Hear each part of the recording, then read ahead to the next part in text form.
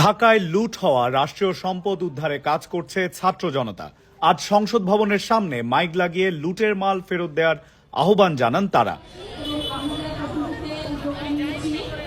এ সময় অনেকে তাদের কাছে লুটের মাল জমা দিয়েছেন।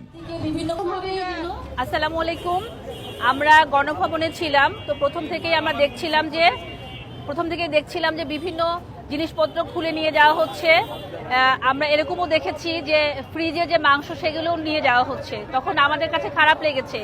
আমরা প্রথমে 3 জন দাঁড়িয়েছি রাস্তায়, সবাইকে আটকিয়েছি।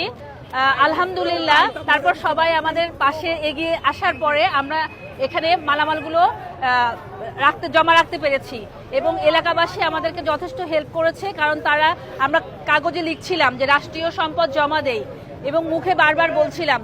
কিন্তু এখান থেকে একটা ছোট ভাই, আমি ওনার নাম জানি না, ওনাকে থ্যাংক ইউ, উনি কম্পিউটারে কম্পোজ করে বিভিন্ন জনের হাতে দিয়ে দিলেন। তখন আমার ভলান্টিয়াররা এখানে দাঁড়িয়ে গেলেন এবং উদ্যোগে আমাদের আরো 4টা পয়েন্টে 12 জন করে ভলান্টিয়াররা কাজ করছেন।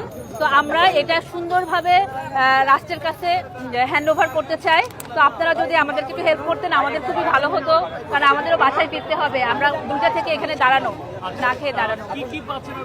এখানে প্রচুর ডকুমেন্টস আছে, বিভিন্ন ডায়েরি আছে, তারপর যে বিভিন্ন অ্যান্টিক শোপিসগুলো আছে এবং পেইন্টিংসগুলো আছে, যেটা দেখে মনে হয়েছে এটা রাষ্ট্রের একদম নিজস্ব সম্পদ। এটা কোনোভাবেই চুরি যাওয়া কিংবা কোথাও যাওয়া উচিত না। এই জন্য আমরা এখানে দাঁড়িয়েছি এবং সবাই মিলে আমাদেরকে কিন্তু সাপোর্ট দিয়েছে। এটা গণভবনের জিনিস আছে, সংসদ ভবনের জিনিস আছে এবং বাইরে যে জিনিসগুলো ছিল এমনও হয়েছে যে আমরা বদনা এবং ময়লার যে ঝুড়ি সেগুলোও কিন্তু মানুষ নিয়ে যাচ্ছিল। এটা আমাদের কাছে খুবই খারাপ লেগেছে। আমরা সবাই মিলে এটা আটকিয়েছি। আমার সাথে আমার সন্তান আছে, আমাদের আরো বোনরা আছে, তাদের সন্তানরা আছে, ছোট ছোট বাচ্চারা আছে। এটা বিভিন্ন ভিডিও ক্লিপ আপনারা দেখতে পাবেন এবং আমরা বিভিন্নভাবে সেনাবাহিনী কিংবা উপরে যোগাযোগ করেছি। অলরেডি তারা আসছেন।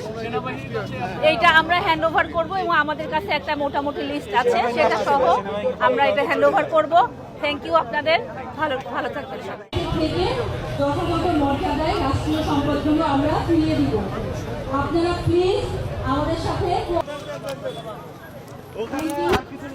আমাদের 12 জনের একটা টিম আমরা পাঠিয়েছি অলরেডি। ভিতরে অনেক মাল রাইখা দিতে আছে, বুঝছেন?